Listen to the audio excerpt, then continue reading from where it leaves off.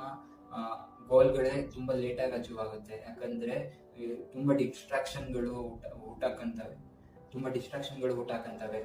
ನೀವು ಹೇಳ್ತಾ ಹೋದಂತೆ ಹಿಂಗೆ ಮಾಡು ಮಗ ಅಂತ ತುಂಬ ಐಡಿಯಾಸ್ಗಳು ಕೊಡ್ತಾ ಹೋಗ್ತಾರೆ. ನೀವೇ ನಿಮ್ಮ ಸ್ವಂತವಾಗಿರೋ ಐಡಿಯಾಸ್ಗಳನ್ನ ಹುಟ್ಟಾಕೋಕ್ಕಾಗೋದಿಲ್ಲ.